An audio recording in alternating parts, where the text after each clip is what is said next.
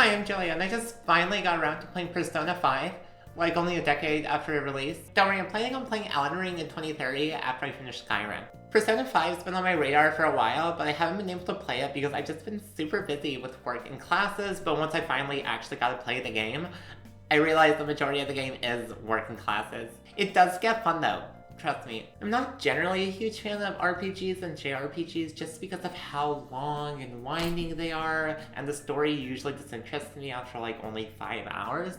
But Persona 5 has managed to keep me hooked for the 20 hours I've played so far, something that Ghost of Tsushima has struggled to do for 10 hours. And this is coming from somebody who lives and breathes open world games. If you haven't played the game yet, I strongly recommend checking it out just to like see if it's your kind of thing. But if you don't care about spoilers, hi, I'm assuming you're still here. I'm only going to be covering up to the first 2 palaces, so yeah, it's time to give some context. And if anybody wants to skip to the part where I actually start talking about stuff, here's a timestamp. Okay, cool, context time. Yeah. Ooh, context. If you need context or a refresher, then here it is. Persona 5 has a very unique premise.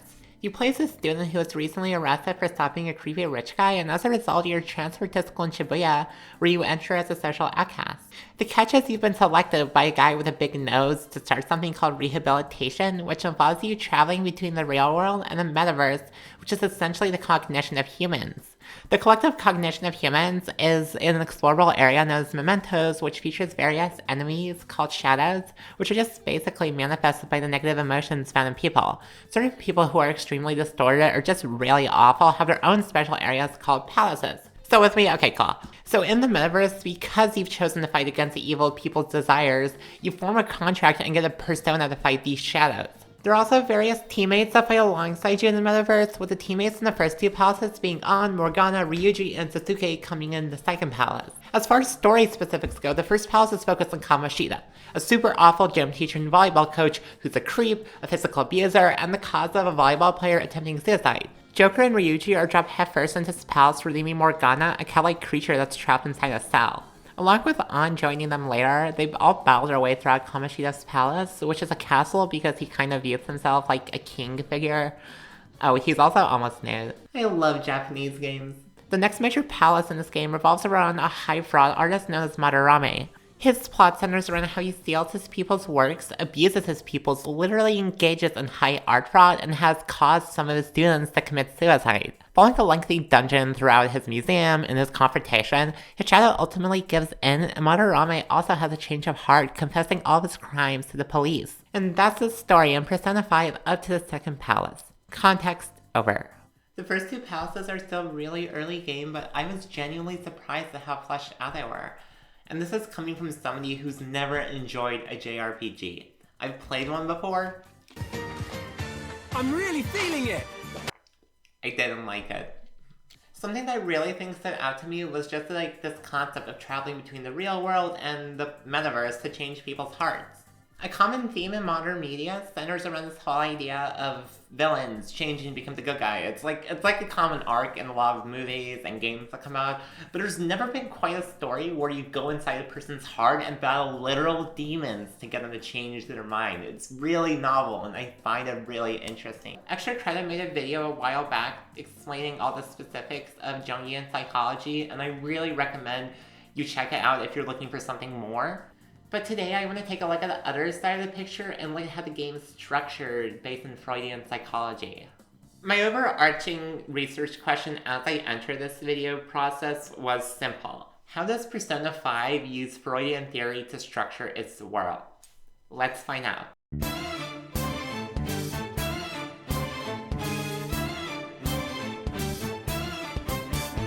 Persona 5 is many things. It's a love story, a story about friendships, a story about cats, a story about human flaws, a story about Wolveristas doing weird things. But one of the many masks it wears consists of being a story about society. A critical story at that. Kamoshida's palace itself deals with issues of sexual harassment and objectification of women, issues that are found worldwide, but especially in Japan, where over a third of women surveyed there have experienced sexual harassment in some form. Madarami's museum focuses on making fun of art plagiarism on the surface level, which is something that's still an issue, especially with the increase of AI art heavily using original artists' works. But even more than that, his palace deals with greed, insecurity, and the combination of the two, which I'll discuss later in the video. Persona 5's story is really great because it revolves around bringing hidden evils to justice, and it's immensely satisfying seeing the villains of the plots confess their crimes. Moreover, Persona 5 also critiques the distorted parts of human nature, which are represented by Mementos, Kamoshida's palace, and Madarami's museum, giving it so much depth below the obvious story. I did need to take a break from talking about Persona 5 for just a moment so I can delve into the nitty and gritty of Freudian psychology. Or rather, the very basics. At least, I'm not a psychology professor, so yeah.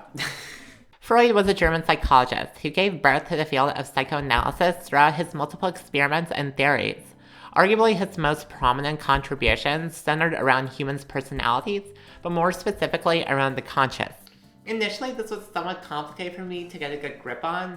It turns out reading early 20th century works in German is a lot harder than I thought it would be, so I'm going to do some illustrating with a symbol that Freud used himself, an iceberg. The human conscious can be divided into three parts according to Freud: the conscious, the preconscious, and the unconscious. The conscious is a part of our mind where we're aware of what's happening or what we're thinking of. For example, if you're watching an episode of Seinfeld you've never seen before and George does something stupid which makes you laugh. Well, the jerk store called. They're running out of you.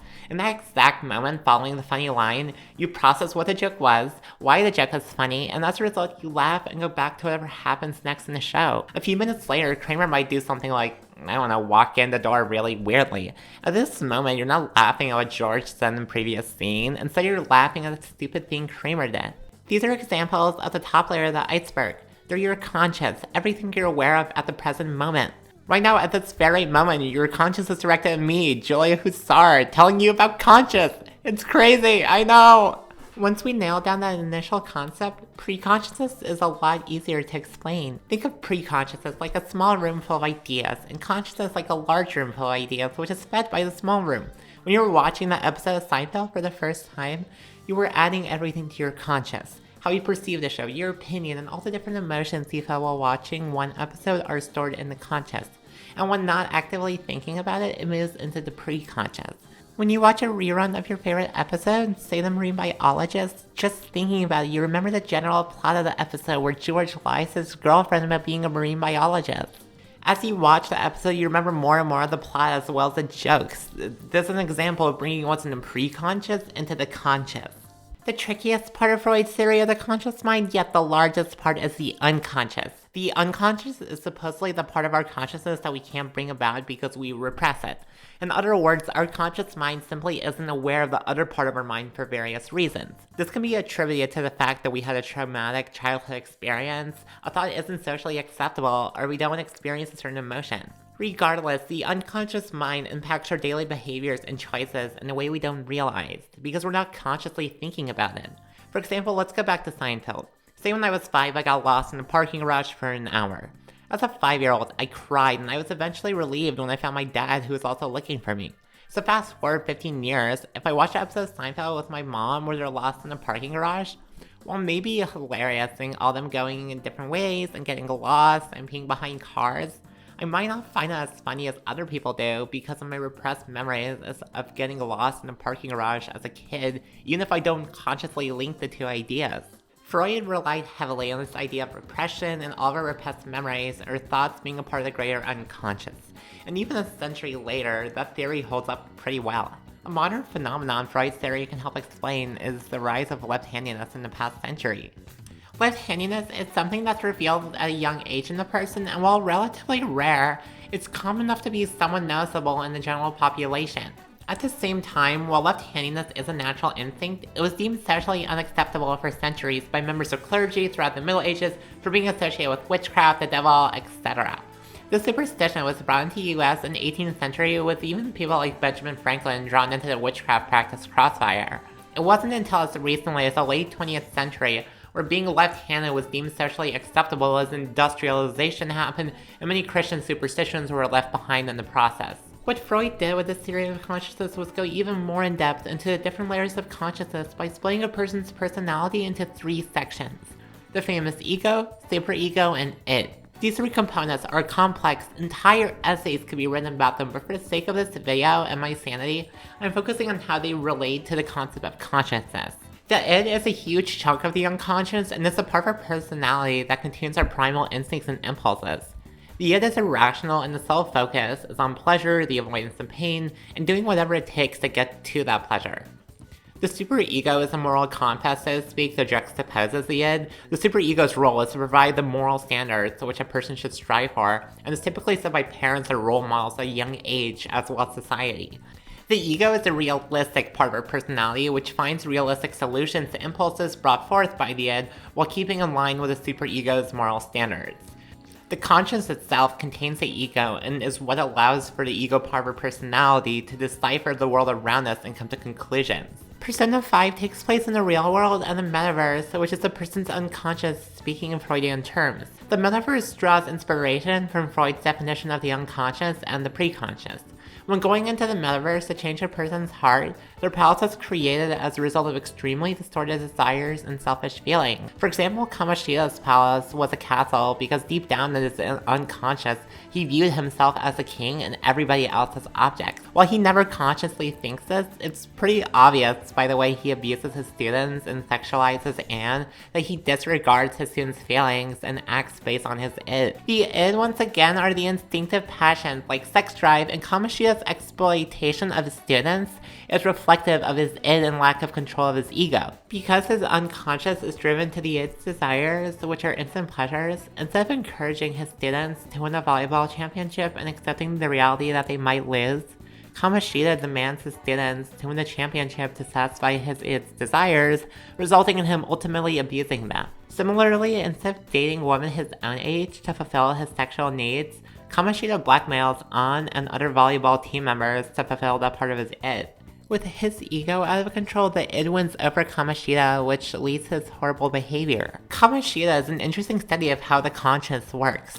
His castle is kind of like a window into the deepest parts of the human unconscious, which influences his personality. Joker and Ryuji observe his conscious behavior and actions every single day in school based off his deepest and darkest secrets and feelings he has floating around in his unconscious. In other words, whenever Shadow Kamoshida explains to the gang why he acts the way he acts, that's his unconscious speaking directly to them. The real Kamoshida has some form of ego that limits what he tells people in the real world, but not enough to stop him from abusing people. The change of heart is essentially what restores his superego to like a neutral point where he has a guilty conscience and he feels no choice but to admit to his crime. Madarame is part of a super similar scenario where his id is out of control and his ego is totally fried. We learn from Yusuke that Madarame took him in as a young child and cared for him as a student and throughout adolescence. What we learn from Shadow Madarame, his unconscious however, is that he eagerly watched Yusuke's mother die from a seizure so that he could steal her painting, go after it, and make a fortune off of it. On the surface level, Madarame's actions are just a corruption of human nature. He's greedy, selfish, and lacks basic respect. Once we put on our Freudian glasses, however, we can characterize those actions and behaviors as simply part of the id, our instinct. Remember, the id is part of our personality that requires instant gratification. In this scenario, if wrongly stealing someone's works and participating in death would satisfy those desires, then the means justify the end. In that instance with Kamoshida and Madarame, they both give in to the desires of their id and they rationalize their decisions through the use of the ego. What hasn't been discussed, however, is the role of the superego in Persona 5. It's actually relatively straightforward.